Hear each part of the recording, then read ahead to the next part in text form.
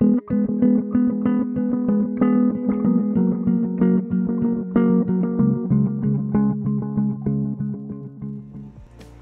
spend $9 billion a year on paper textbooks today that are out of date the minute they're printed.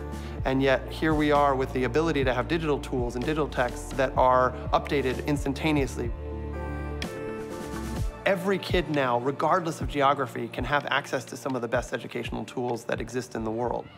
And if we don't give every student the opportunity to learn things like computer science and really deep technology, we're in trouble, because the rest of the world has figured that out and started to move ahead. Thank you so much for joining us. We're so excited. Welcome. So first off, I want you to pick up the phone and just power on the phone and click it in, and it's nice and tight.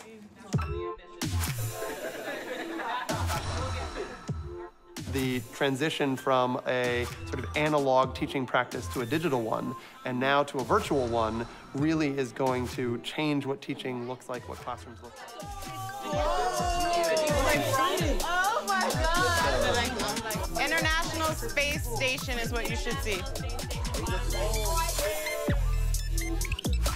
The phone we already have in our pocket, a $100 headset device, are enough to give students experiences that they could never have dreamed just a few years ago.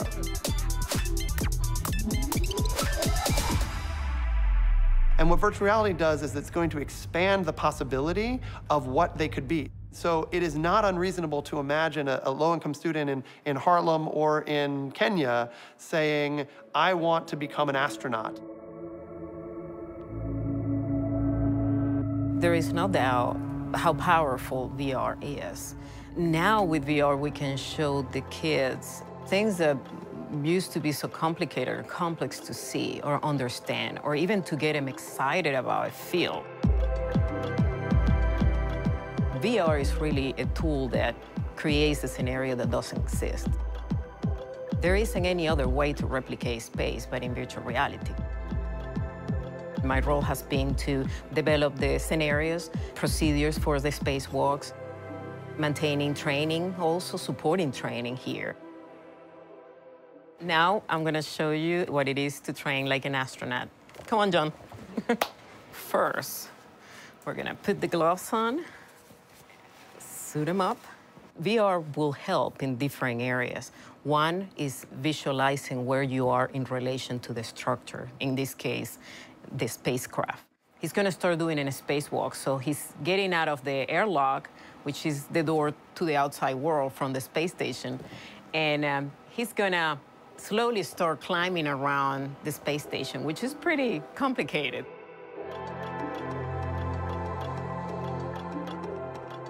He's going to have to go all the way around to the end of this.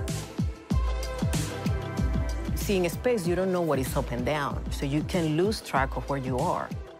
It could be terrifying, right, John? Yeah, when you're 200 miles up, your brain doesn't want you to let go.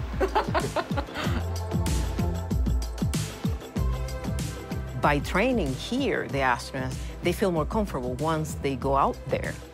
When they come back, the major thing they talk about is, well, how VR gave them more confidence. My ultimate goal is actually to have somebody, standing in a planetary surface and stream VR from there and show the kids what they're looking at. Technology in and of itself, I don't think really solves a lot of the educational problems we have. It's about being purposeful and finding the right fit. It's interesting when you eavesdrop on kids' conversations, especially as you start teaching them how to build VR experiences, and how they said, it would be cool if we built this. I created this solar system. We started off with just basic planets in a line, and then we had to add the rings, and so we struggled with that a little bit because we had to make the rings horizontal. It positions you in a very weird place. Instead of looking in on it, you're in the middle of the sun, basically burning, looking at everything else. I challenge you that with the skill set that you have now and are developing, is to look at your peers and see how can I invest them in things that they don't care about. I think that's what the beauty of technology is. It's not just I'm making a product, it's I'm making a product that people care about.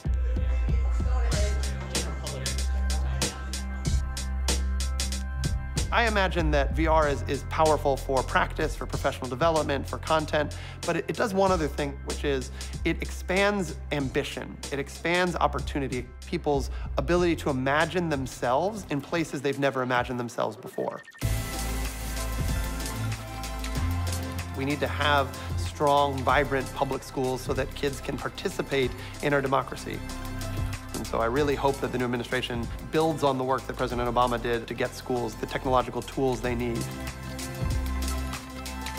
I think that since virtuality has no limit, then learning has no limit. Einstein, I like his quotes. My favorite is, logic will get you from A to B, but imagination will get you everywhere.